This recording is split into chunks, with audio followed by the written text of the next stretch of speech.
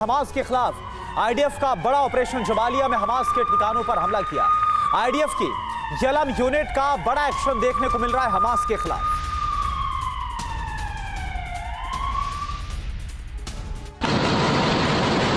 Jabalia में बड़ा operation, निशाने पर हमास लड़ाके। गाजा पट्टी के उत्तरी हिस्से में इजरायल ने हमास के संभावित ठिकानों पर अब तक का सबसे विध्वंसक प्रहार किया है। जबालिया कैंप से जंग की सबसे लेटेस्ट तस्वीर आई। आईडीएफ की स्पेशल यूनिट यलम ने हमास लड़ाकों के संभावित ठिकाने पर हमला बोला है। ताबड़तोड़ फायरिंग और ग्रेनेड की गूंज से पूरे इलाके में अफरा तफरी मच गई। आईडीएफ की स्पेशल यूनिट को खबर मिली थी कि कैंप में हमास के लड़ाके छिपे हैं और आईडीएफ पर बड़े हमले की तैयारी कर रहे हैं। फिर क्या था, यलम यूनिट ने जबालिया कैंप की घेराबंदी की और इमारत के हर कोने को दहला दिया। आईडीएफ ने दावा किया है कि इमारत के अंदर हमास के 2 लड़ाके मौजूद थे जो इजरायली फोर्स पर हमला कर रहे थे, लेकिन आईडीएफ की हमास के 2 लड़ाके मारे गए। जबालिया शरणार्थी कैंप पर इससे पहले भी इजरायली फोर्स कई बार हमले कर चुकी है और हमास के खिलाफ आईडीएफ का बड़ा ऑपरेशन शुरू हो गया है। आईडीएफ और हमास के बीच आमने सामने की जंग जारी है। हमास पर 931वीं बटालियन का बड़ा एक्शन। आईडीएफ के ऑपरेशन में हमास के कई लड़ाकों की मौत हो गई। इजरायल साफ कर चुका है कि वो किसी भी सूरत में हमास के खात्मे तक जंग को खत्म नहीं करेगा। वहीं हमास समर्थक युद्ध विराम चाहते हैं तो इजरायल हमास के खात्मे तक युद्ध विराम नहीं चाहता। इजरायल जानता है कि युद्ध विराम के नाम पर हमास अपने लड़ाकों तक सैन्य मदद पहुंचाने की कोशिश करेगा। गाजा बैटल ग्राउंड से भीषण जंग के नए वीडियो सामने आने का सिलसिला जारी है। आईडीएफ और हमास के बीच आमने सामने की जंग जारी है। हमास पर इजरायल की 931वीं बटालियन के हमले का ये ताजा वीडियो है। आईडीएफ के ऑपरेशन में हमास के कई लड़ाकों के मारे जाने की खबर सामने आ रही है। इजरायल हमास की ये जंग अब तक हजारों लोगों की जान ले चुकी है। जंग के 2 महीनों से ज्यादा हो चुके हैं। ताजा आंकड़ों के मुताबिक गाजा में अब तक 17,700 लोगों की मौत हो चुकी है और करीब 49,000 लोग घायल हो चुके हैं। जंग की सबसे ज्यादा कीमत गाजा के स्थानीय नागरिकों को चुकानी पड़ रही है। आईडीएफ ने गाजा का ये वीडियो जारी करते हुए दावा किया है कि हमास गाजा पट्टी के लोगों को भेजी जा रही मदद को लूट रहा है। हमास के लड़ाके भोजन और आपूर्ति से भरे बैग को अपनी गाड़ियों पर लादते हैं और विरोध करने पर नागरिकों की बेरहमी से पिटाई भी करते हैं। और देखिए, एक तरफ लगातार इजराइल की तरफ से हमले और तेज हो गए और हमास लीडर सिनवार के भागने की भी खबर सामने आ रही है। सिनवार के उत्तर गाजा से भागने की खबर सामने आ रही है। जी हां, राहत सामग्री के काफिले में छुपकर भागा है, ये रिपोर्ट मिल रही है इंटेलिजेंस की तरफ से और साउथ गाजा की तरफ भागने की ये जानकारियां मिल रही हैं।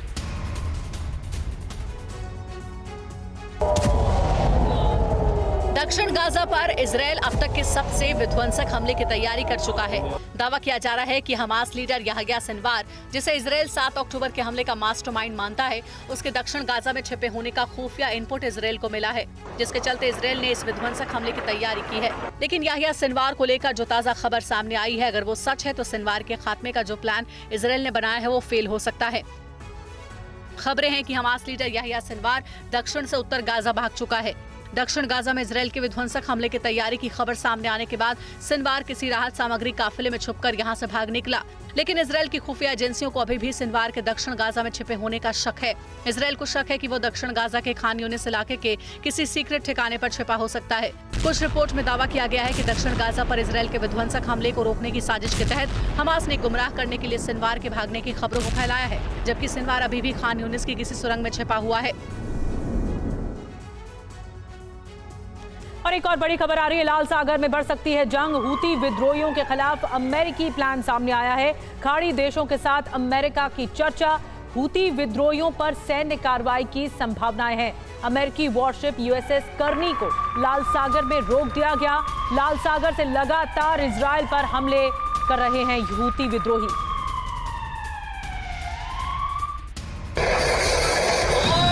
लाल सागर में अमेरिकी वॉरशिप रोके जाने से अमेरिका भड़का हुआ है। पिछले हफ्ते अमेरिकी वॉरशिप यूएसएस करनी को लाल सागर में रोका गया था और आरोप हूती विद्रोहियों पर लगा था। खबर है कि अमेरिका हूती विद्रोहियों को सबक सिखाने के लिए उसके खिलाफ सैन्य कार्रवाई की तैयारी कर चुका है, जिसे लेकर अमेरिका खाड़ी देशों के साथ चर्चा भी कर चुका है। हमास पर हमले के बाद से ही हूती विद्रोही इजरायल के खिलाफ जंग का ऐलान कर चुके हैं और लगातार लाल सागर से इजरायल पर हमले कर रहे हैं। ऐसे में जानकार हूती विद्रोहियों के खिलाफ एक्शन को तीसरे विश्व युद्ध से जोड़कर देख रहे हैं। अब आपके लिए जानना जरूरी है कि लाल सागर में कैसे विश्व युद्ध की ज्वाला जल रही है। अमेरिका और सहयोगी देशों यानी करीब 30 शक्तिशाली देश मिलकर हूती के मुकाबले के लिए नेवल टास्क फोर्स बनाने का प्लान कर रहे हैं, तो दूसरी ओर ईरान अमेरिका के सामने सीना ताने खड़ा है। अपने सहयोगी देशों की शक्ति से समीकरण बदलने की न सिर्फ कोशिश कर रहा है, बल्कि विश्व युद्ध भड़काने वाले शोले हूती और हिजबुल्लाह के जरिए बरसा रहा है। सीरिया और इराक भी ईरान के आदेश पर अमेरिका के लिए चुनौती खड़ी कर रहे हैं। ऐसे में देखना होगा कि क्या हूती विद्रोही पर हमला तीसरे विश्व युद्ध की वजह न बन जाए। और देखिए एक और बड़ी खबर, हूती और हिजबुल्लाह के खिलाफ लाल सागर में अमेरिका ने बड़ी तैयारी कर रखी। इन सब के बीच फ्रांस ने भी ईरान समर्थित संगठनों के खिलाफ एक्शन लेना शुरू कर दिया। लाल सागर में ईरान हूती और हिजबुल्लाह को आगे कर अमेरिका को भड़का रहा है। अमेरिका के सहयोगी देश हूती के खिलाफ एक्शन ले रहे हैं। कुछ घंटे पहले फ्रेंच नेवी ने हूती के 2 ड्रोन को इंटरसेप्ट किया जो यमन से दागे गए थे। ये ड्रोन अल हुदैद के बाद से दागे गए जो ईरान समर्थित हूती के कब्जे में है। हूती के इन ड्रोन को लैंगडोंग फ्रांसीसी नौसेना ने इंटरसेप्ट किया और मार गिराया है। हूती के इस एक्शन के पीछे ईरान खुलकर खड़ा है और ईरान के इस चाल को मात देने के लिए अमेरिका भी बड़ी तैयारी कर रहा है, जिससे साफ है कि लाल सागर में विश्व युद्ध की चिंगारी लग चुकी है जो कभी भी बड़ी आग में तब्दील हो सकती है। अमेरिका और उसके करीबी सहयोगी 30 शक्तिशाली देश मिलकर हूती के मुकाबले के लिए नेवल टास्क फोर्स बनाने का प्लान कर रहे हैं। उधर ईरान अपने सहयोगी देशों की शक्ति से समीकरण बदलने की कोशिश कर रहा है। सीरिया और इराक भी ईरान के आदेश पर अमेरिका के लिए चुनौती खड़ी कर रहे हैं। इजराइल हमास युद्ध के बीच जंग के कई फ्रंट एक साथ खुल चुके हैं। ईरान के इशारे पर पिछले 24 घंटे में यूएस बेस पर 10 हमले हो चुके हैं जो अमेरिका के लिए किसी बड़ी चुनौती से कम नहीं है।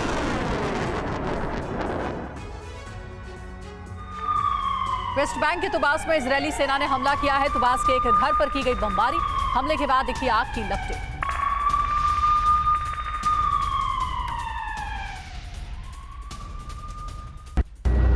गाजा जंग के 65वें दिन जंग के मैदान से कई विध्वंसक वीडियो सामने आए हैं। आईडीएफ के हमलों के बाद कई फ्रंट पर हमास ने भी पलटवार किया है। गाजा में हमास की अल कस्साम ब्रिगेड और इजरायली फोर्स आमने सामने हैं और एक दूसरे पर तबाही बरसा रहे हैं। वेस्ट बैंक के तुबास में इजरायली सेना ने जोरदार हमला किया। आईडीएफ ने यहां एक घर पर बमबारी की। इजरायली फोर्स ने तुबास में जैसे ही घुसने की कोशिश की, हमास लड़ाकों ने उनका विरोध किया और फिर जमकर हमले हुए। हमलों के साथ साथ इजरायली फोर्स हमास लड़ाकों की धरपकड़ भी कर रही है। यरूशलेम के कलांदिया कैंप से आईडीएफ ने आधी रात में एक युवक को गिरफ्तार किया। गाजा पट्टी में आईडीएफ ने एक स्कूल को आग के हवाले कर दिया। बेत लाहिया के खलीफा स्कूल में रह रहे लोगों को पहले बाहर निकाला गया और उसके बाद स्कूल को जला दिया गया। इजराइल के खिलाफ कई लेबनान और यमन के फ्रंट से हूती और हिजबुल्लाह के लड़ाके भी हमला कर रहे हैं। ताज़ा वीडियो हिजबुल्लाह के लड़ाके हमन अली के अंतिम संस्कार का है। हसन अली को इजरायली फोर्स ने मार गिराया था। और एक बड़ी अपडेट आप तक पहुंचा दें कि आईडीएफ ने बरामद किए हमास के कई बड़े हथियार। जहां स्कूल से मिला है हथियारों का पूरा जखीरा। जहां टेडी बियर में बरामद की गई है स्नाइपर राइफल्स भी, यानी टेडी बियर में छुपा कर रखी गई थी स्नाइपर राइफल्स।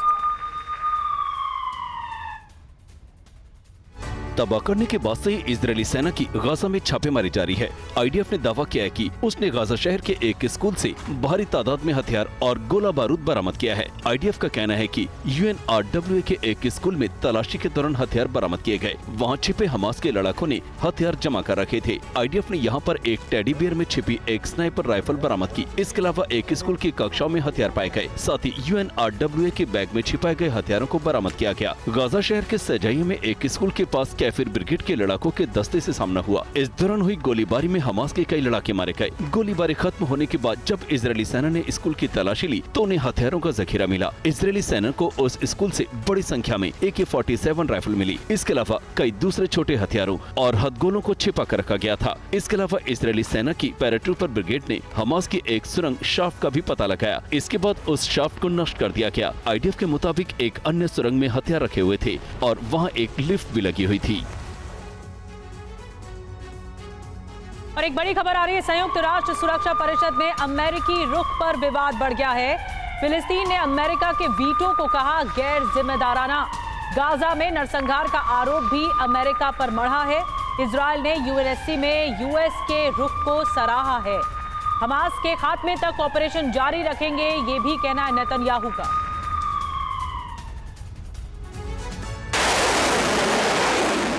इजराइल हमास जंग को रोकने और दोनों तरफ से बंधकों की रिहाई पर अमेरिका ने फिर से पानी फेर दिया और यूएनएससी में उसने सीज फायर के खिलाफ वीटो लगा दिया। यूएनएससी में 13 सदस्यों ने सीज फायर के पक्ष में वोट किया। अमेरिका ने इस पर रोक लगाई और ब्रिटेन ने वोटिंग में हिस्सा नहीं लिया। अमेरिका के इस कदम का फिलिस्तीन ने विरोध किया। फिलिस्तीनियन अथॉरिटी के अध्यक्ष महमूद अब्बास ने कहा कि गाजा में नरसंहार के लिए अमेरिका जिम्मेदार है। यूएस ने मानवीय मूल्यों को ताक पर रखा। इजरायली वॉर क्राइम की अनदेखी कर रहा है अमेरिका, लेकिन इजराइल अमेरिका के इस कदम से खुश दिख रहा है। इधर अमेरिका के वीटो पर ईरान की धमकी, मिडिल ईस्ट में भयंकर नतीजों की धमकी दी गई। मध्य पूर्व में बेकाबू विस्फोट का खतरा।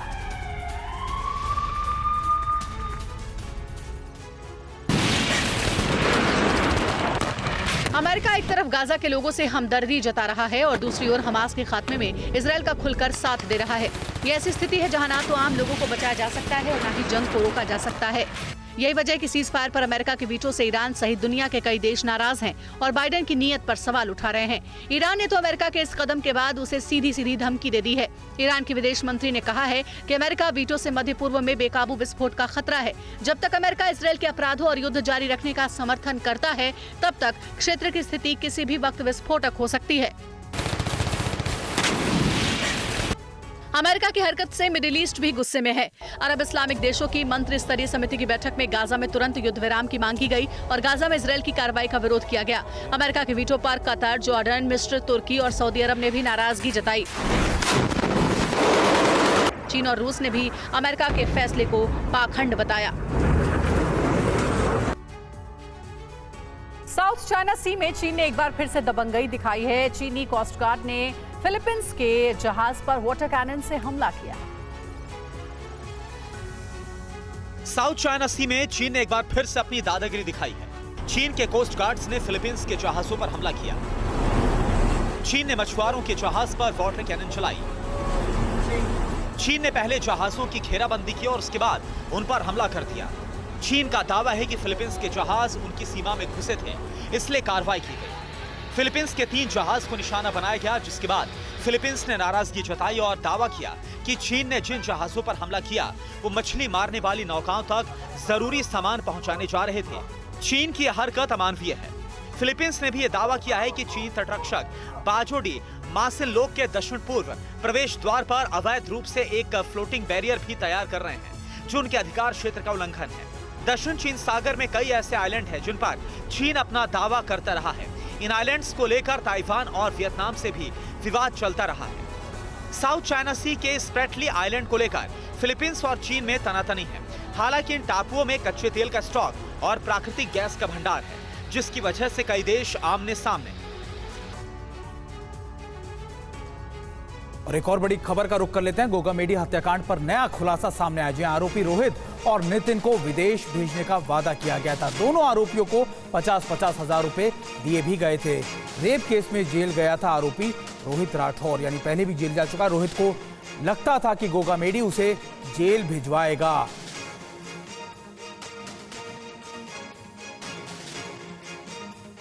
और देखिए, लगातार इस मामले में एक बड़ा खुलासा हुआ है। हमारे साथ हमारे सहयोगी ध्वज आर्या भी जुड़ रहे हैं। ध्वज का रुख कर लेते हैं। ध्वज, ये नई चीजें जो सामने आ रही हैं, इसको लेकर क्या कुछ कहा जा रहा है, खासतौर पे इन्वेस्टिगेशन एजेंसीज के द्वारा? देखिए, निश्चित तौर पर जब ये घटनाक्रम हुआ, हत्याकांड हुआ, तो सबसे बड़ी बात थी कि मोटो क्या था इनका, क्यों मारा गया, क्यों ये गोली कांड हुआ। तो अब ये धीरे धीरे जो पूछताछ हो रही है, तो लगातार ये जो कई नए खुलासे हो रहे हैं, जिसमें 50-50 हज़ार रुपये इन्हें एडवांस के तौर पर दिया जाना बताया। और उसके साथ साथ में चंडीगढ़ के बाद में गोवा जाने की इनकी प्लानिंग थी और उसके बाद में ये कहीं ना कहीं भारत के दक्षिणी इलाके में जाने वाले थे। और ये साफ तौर पर जो जानकारी निकल कर सामने आ रही, ये इस तरफ इशारा करती है कि इसके बाद इन्हें यहाँ से, भारत से बाहर भेजने का प्लान था। और ये भी कहा गया था कि भारत में ये 20 दिन बिताएं और इसी दौरान इनका वीज़ा और इनका जो पासपोर्ट है वो तैयार कर दिया जाए। इसी लालच में जो है नितिन फौजी आ गया था, क्योंकि जो ये नितिन फौजी है, इसके खिलाफ में एक मामला जो है चल रहा था किडनैपिंग का और पुलिस पर फायरिंग का। हरियाणा में जब ये मामला चल रहा था, पुलिस इसे ढूंढ रही थी, तो इसको लेकर जब नितिन फौजी के पर ये मामला जब चल रहा था, तो ये संपर्क में आया वीरेंद्र के, क्योंकि लॉरेंस गिरोह से था। और जब वीरेंद्र से ये संपर्क में आया, तो वीरेंद्र ने इसे लालच दिया कि आपको एक काम करना होगा जयपुर में जाकर, और उसके बाद हम आपको विदेश भेज देंगे। तो ये इस लालच में ये 3 दिन पहले ही यहाँ जयपुर आ गया था और उससे जब हत्याकांड हुआ उसी दिन इसे फ़ोटो दिखाई गई और गोगा मेडी की फ़ोटो दिखाई गई। ये जानता भी नहीं था गोगा मेडी को। उसके बाद में जब इसे फ़ोटो दिखाई गई और इससे ये कहा गया आपको और आपकी जो पत्नी है उन दोनों को विदेश में सेटल कर दिया जाएगा। तो ये नए नए खुलासे जो निकल कर सामने आ रहे हैं, ये जो है सामने आने से ये पता चल रहा है कि इनका मोटो क्या था। और वहीं जो तार हैं वो तार दुबई से भी जुड़ते नज़र आ रहे हैं, जहाँ चीनू जो कि आनंद पाल की बेटी है और ये कहीं ना कहीं कनेक्शन वहाँ से भी जुड़ा हुआ आ रहा है कि चीनू ने कहीं ना कहीं जो ये पूरा हत्याकांड था, रोहित गोदारा जो कि चीनू के संपर्क में है लगातार, रोहित गोदारा ने ये पूरी हत्या कराई है। और चीनू जो कि आनंद पाल की बेटी है वो साफ तौर पर इससे जुड़ी हुई है, ये सामने निकल कर आ रहा है। हालांकि चीनू का मामले पर आप नजर बना के रखिए। एक बड़ा खुलासा हुआ है कि आरोपियों के तार दुबई तक जुड़ते हुए दिख रहे हैं। इस मामले में आरोपियों पर लगातार नए खुलासे सामने आ रहे हैं। शुक्रिया ध्वज ये जानकारी देने के लिए। राष्ट्रीय करणी सेना प्रमुख सुखदेव सिंह गोगामेडी हत्याकांड में 3 आरोपियों को पुलिस ने गिरफ्तार किया। इनमें हत्याकांड को अंजाम देने वाले 2 मुख्य आरोपी भी शामिल हैं। गोगामेडी हत्याकांड में शामिल 3 आरोपियों को चंडीगढ़ से गिरफ्तार किया गया। इन आरोपियों की गिरफ्तारी से हत्याकांड से जुड़े कई राज बाहर आने की उम्मीद है। मुख्य आरोपी रोहित राठौड़ को हत्याकांड में मददगार उधम के साथ पहले दिल्ली लाया गया और फिर दोनों को लेकर क्राइम ब्रांच की टीम राजस्थान रवाना हो गई। वहीं दूसरे मुख्य आरोपी नितिन फौजी को चंडीगढ़ से सीधे राजस्थान लाया गया, जहां सोडाला थाने में कड़ी सुरक्षा में उसे रखा गया है। तमाम जो पुलिसकर्मी हैं यहाँ पर जो तैनात हैं और यहाँ भारी पुलिस का बल यहाँ पर लगाया गया, चूँकि ये हाई प्रोफाइल जो मर्डर था उसके बाद में पुलिस के ऊपर जो है कई तरीके के आरोप लग रहे थे कि आरोपी जल्द गिरफ्तार नहीं हो रहे हैं। 72 घंटे का अल्टीमेटम दिया गया था पुलिस को। उसके बाद में पुलिस ने 72 घंटे के अंदर ही ये जो आरोपी हैं, दोनों आरोपी और उनके सहयोगी उधम सिंह को गिरफ्तार कर लिया। नितिन फौजी को अभी सोडाला थाने रखा गया है। गोगामेडी हत्याकांड के आरोपी चंडीगढ़ के होटल में छिपे थे। होटल में सर्च ऑपरेशन चलाने के लिए राजस्थान पुलिस के पास पर्याप्त पुलिस बल नहीं था, जिसके चलते दिल्ली क्राइम ब्रांच की मदद से इन आरोपियों को गिरफ्तार किया जा सका। हत्याकांड को अंजाम देने के बाद दोनों आरोपी रोहित और नितिन रेवाड़ी बस स्टैंड पहुंचे थे, जिसका सीसीटीवी फुटेज भी सामने आया है। इधर दिल्ली के स्पेशल सीपी रविंद्र यादव ने टीवी 9 भारतवर्ष से खास बातचीत की और खास बातचीत में बताया कि किस तरह से आरोपियों को ट्रैक किया गया। हमारे साथ स्पेशल सीपी जो हैं रविंद्र यादव जी हैं, उनसे बातचीत करते हैं। सर, आज शूटर्स को जो लोगों को आपने पकड़ा, सुखविंदर सिंह गोगामेडी के जो हत्याकांड में शामिल है इस तरह का बताया जा रहा है, कहाँ से पकड़ा गया? चंडीगढ़ से हमारी एनडीआर क्राइम ब्रांच की टीम और राजस्थान पुलिस ने मिलकर पकड़ा है। 5 दिसंबर को हत्या हुई। 5 दिसंबर को ही इन्होंने जयपुर से टैक्सी पकड़ के डीडवाना आ गए। डीडवाना से इन्होंने बस पकड़ी दिल्ली की।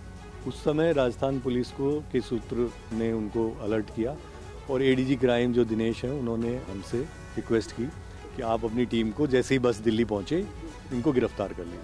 तो बस जब दिल्ली आई तो उसमें ये नहीं थे क्योंकि ये लोग धारूहेड़ा में पहले ही उतर गए।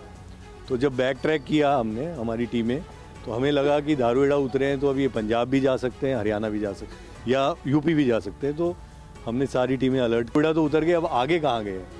तो और फिर जैसे हिसार भी पहुंच गए, फिर हम हिसार के बाद भी ये पता नहीं चल रहा था कि आगे कहाँ गए।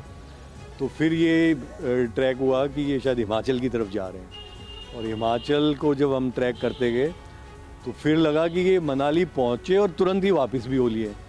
तो फिर हमने इनको चंडीगढ़ में इंटरसेप्ट करके रात में। शुरुआती जांच में खुलासा हुआ है कि सुखदेव सिंह गोगामेडी के हत्यारों को वारदात वाले दिन ही गोगामेडी की फोटो दिखाई गई थी। साथ ही उन्हें विदेश भागने में मदद का भरोसा भी दिया गया था। सुखदेव सिंह गोगामेडी हत्याकांड की सुपारी लॉरेंस गिरोह के गुर्गे वीरेंद्र ने दी थी।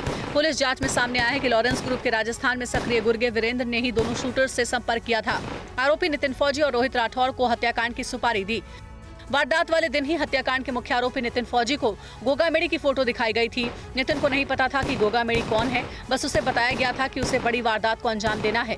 नितिन फौजी ने हत्याकांड से एक दिन पहले एनिमल फिल्म भी देखी थी। पुलिस की जांच में सामने आया कि नितिन पर हरियाणा में पुलिस पर फायरिंग का केस दर्ज था। लॉरेंस गैंग ने जयपुर में गोगामेडी हत्याकांड के बाद नितिन को उसकी पत्नी के साथ विदेश भागने में मदद का लालच दिया था, लेकिन विदेश फरार होने से पहले ही नितिन फौजी पुलिस के हाथे चढ़ गया। राजस्थान पुलिस ने नितिन के दोस्त रामवीर को गिरफ्तार किया है। रामवीर ने वारदात से पहले जयपुर आने पर नितिन के रहने की व्यवस्था करवाई थी। साथ ही रामवीर ने ही बाइक से दोनों मुख्य आरोपियों नितिन और रोहित को बस में बिठाकर फरार होने में मदद की थी।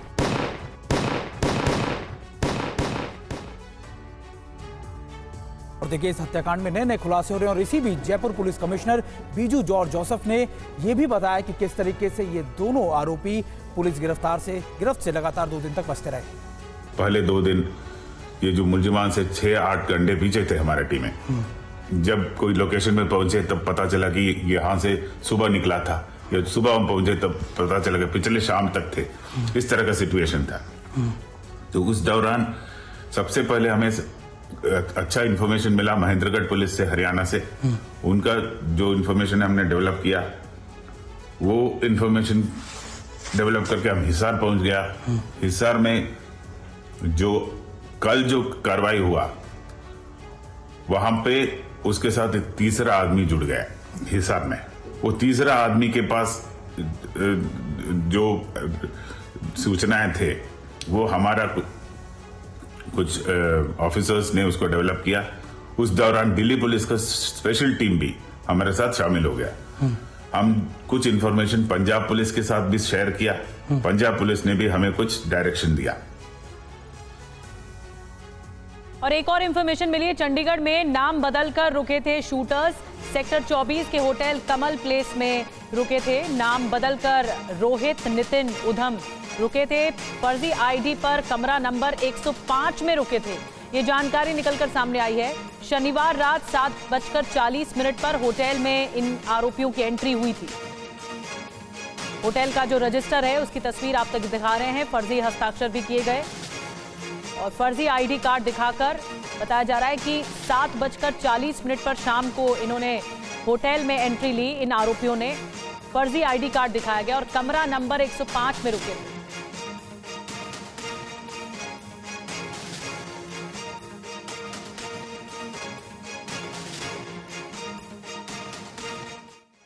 चंडीगढ़ के सेक्टर 24 के होटल कमल प्लेस में सुखदेव सिंह गोगामेडी हत्याकांड के आरोपी रोहित राठौर, नितिन फौजी और उधम नाम बदल कर रुके थे। होटल में रुकने के लिए तीनों ने फर्जी आधार कार्ड दिए थे।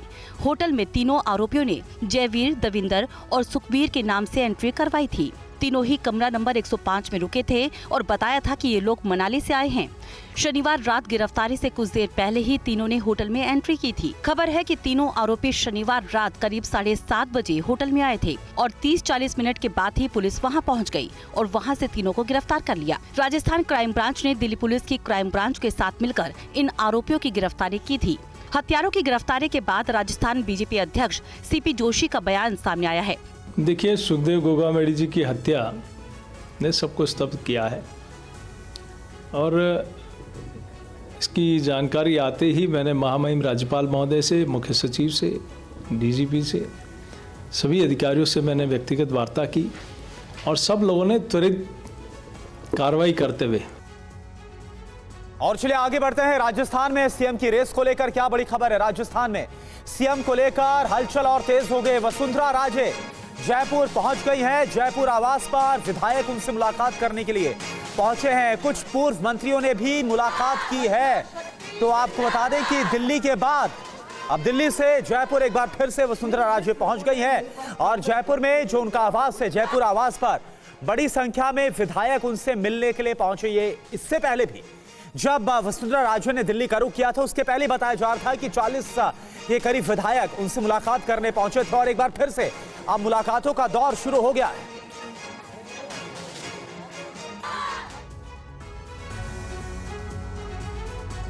अगली खबर का रुख करेंगे। अयोध्या में रामलला की प्राण प्रतिष्ठा समारोह की तैयारियां जोर शोर से चल रही है। इस बीच ट्रस्ट ने मंदिर के ताजा तस्वीरें भी जारी की है, जिसमें मंदिर का भव्य स्वरूप दिख रहा है।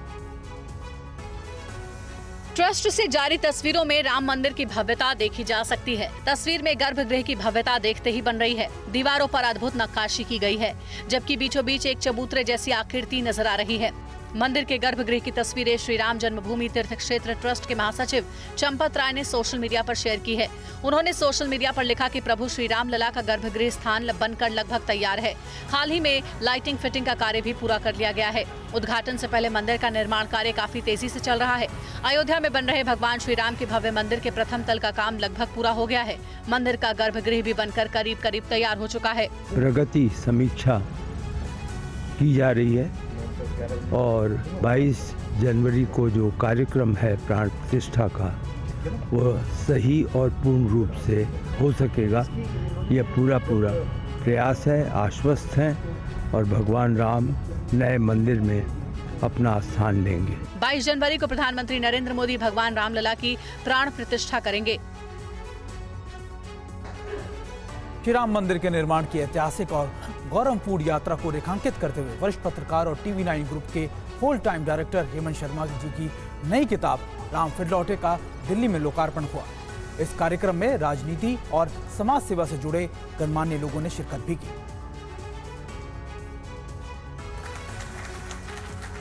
अयोध्या आंदोलन के गवाह रहे हेमंत शर्मा की किताब अयोध्या के सांस्कृतिक मूल्यों पर रोशनी डालती है। राम मंदिर आंदोलन से जुड़ी घटनाओं को किताब के लेखक हेमंत शर्मा ने अपनी आंखों के सामने एक चलचित्र की तरह घटते देखा है। मैंने अयोध्या आंदोलन के लगभग सभी पड़ाव, मोड़ और मंजिलों को देखा है। ताला खुलने से लेकर ध्वंस तक मैं हर समय, हर मौके पर वहां मौजूद रहा हूं। सिवाय 1528 के, जब बाबर ने उस मंदिर को तोड़ा था, और 22 दिसंबर 1949 की रात जब वहां मूर्तियां प्रकट हुईं या रखी गईं। एक पत्रकार के तौर पर उन्होंने जो देखा और महसूस किया उसे ईमानदारी से बेधड़क होकर किताब में लिखा है। यह किताब भारतीय चेतना पर राम के प्रभाव का आधुनिक संदर्भों में समझने का प्रयास भी है और साक्षी भाव से अयोध्या मंदिर आंदोलन राम पर लिखा गया एक क्रॉनिकल भी है। राम फिर लौटे किताब के विमोचन के मौके पर राष्ट्रीय स्वयंसेवक संघ के सर कार्यवाह दत्तात्रेय होसबोले और स्वामी ज्ञानानंद जी महाराज भी मौजूद रहे। राम फिर लौटे के लेखक हेमंत शर्मा अयोध्या और भगवान राम को लेकर पहले 2 किताबें लिख चुके हैं। अयोध्या और भगवान राम पर ये उनकी तीसरी किताब है जो सिर्फ 1.5 महीने में ही लिखी गई। हेमंत शर्मा ने किताब लिखने में प्रभु की प्रेरणा की बात कही तो उसे होसबाले ने और आगे बढ़ाया। वैसे इस पुस्तक के प्रति मेरा मन कहता है इदम रामाय न मम, यह राम का है, राम के लिए है, राम के द्वारा है। हेमंत जी ने कहा इस पुस्तक को मैंने लिखा नहीं है, मुझे किसी ने लिखवाया है, राम जी की कृपा है। मैं तो ये कहूँगा राम जी की कृपा है और तुलसी जी की प्रेरणा है, ऐसे मैं मानता हूँ क्योंकि आप काशी के हैं। पुस्तक विमोचन में मौजूद स्वामी ज्ञानानंद जी महाराज ने भगवान राम के महत्व के बारे में बात की। राम हमारी आस्था है, वो निश्चित है। राम हमारी पूजा भी है, लेकिन राम हमारी परंपरा है, राम हमारे आदर्श हैं। वहीं विश्व हिंदू परिषद के अंतर्राष्ट्रीय कार्याध्यक्ष आलोक कुमार ने बताया कि कैसे राम फिर लौटे किताब की बुनियाद पड़ी। सुप्रीम कोर्ट के पूर्व न्यायाधीश हेमंत गुप्ता ने भी इस मौके पर अपनी बात को रखा। विश्व हिंदू परिषद के अंतर्राष्ट्रीय कार्याध्यक्ष आलोक कुमार ने कहा कि 500 साल के इंतजार के बाद ये दिन आ रहा है। जल्दी रामलला और उनकी मूर्ति अपने जन्म स्थान पर प्राण प्रतिष्ठित हो जाएगी, तो ऐसे मौके पर किताब की शक्ल में मंदिर से जुड़े दस्तावेजों की मौजूदगी जरूरी है। हेमंत जी ने जो बताया, अपने अनुभव को बताया, रात के स्वप्न को बताया, उस स्वप्न को यथार्थ में बदल के दिखाया, मैं सम्मान करता हूँ। मैं इनके घर गया था ये प्रार्थना करने के लिए कि वो लिखें। ऐसी ही एक पुस्तक की अंग्रेजी में भी आवश्यकता है। जस्टिस हेमंत गुप्ता ने कहा कि हेमंत शर्मा ने महज 1.5 महीने में अयोध्या का इतिहास और राम जन्मभूमि आंदोलन को एक किताब की शक्ल दे दी। हमारी आस्था है, हमारा विश्वास है कि राम वहाँ पे पैदा हुए थे। जो आर्गुमेंट, जो बहस भी थी सुप्रीम कोर्ट में भी वही थी कि ये हमारा आस्था का विश्वास है। खबरों पे आगे बढ़ रहे हैं। मायावती ने अपना उत्तराधिकारी घोषित कर दिया है। आकाश आनंद को अपना उत्तराधिकारी घोषित किया है। बीएसपी की मीटिंग में भतीजे आकाश आनंद को अपनी विरासत सौंपी है मायावती ने। 2024 लोकसभा चुनाव को लेकर पार्टियों पदाधिकारियों के लखनऊ में बैठक बुलाई गई थी। मायावती ने आज अपनी मीटिंग में बड़ा ऐलान करते हुए आकाश आनंद को अपना उत्तराधिकारी घोषित किया। आकाश आनंद मायावती के भतीजे हैं और 2017 में उन्होंने राजनीति में एंट्री ली थी। आकाश लंदन से MBA कर चुके हैं। वहीं बैठक में लोकसभा चुनाव के लिए रणनीति पर भी मायावती ने चर्चा की। बैठक में पार्टी के देश भर के पदाधिकारी शामिल हुए। मीटिंग में मायावती ने लोकसभा चुनाव के मद्देनजर चल रही तैयारियों पर मंथन किया। दरअसल लखनऊ के पार्टी मुख्यालय में देश भर के वरिष्ठ पदाधिकारियों को बुलाया गया। माना जा रहा है कि इस दौरान मायावती ने अगले महीने अपने जन्मदिन के आयोजन को लेकर भी निर्देश दिए हैं। लोकसभा चुनाव के लिए मजबूत दावेदारी वाली उम्मीदवारों के नाम पर भी चर्चा की गई है। बता दें, BSP अध्यक्ष मायावती ने विधानसभा चुनाव के नतीजों को विचित्र और रहस्यमयी बताया था। BSP विपक्षी गठबंधन इंडिया से लगातार दूरी बनाए हुए है। ऐसे में आने वाले समय में ये देखना काफी दिलचस्प होगा कि यूपी और दूसरे राज्यों में मायावती किसी गठबंधन के साथ चुनाव में उतरती हैं या फिर अकेले ही लड़ेंगी। हालांकि पिछले लोकसभा चुनाव में BSP ने समाजवादी पार्टी और कांग्रेस के साथ मिलकर चुनाव लड़ा था।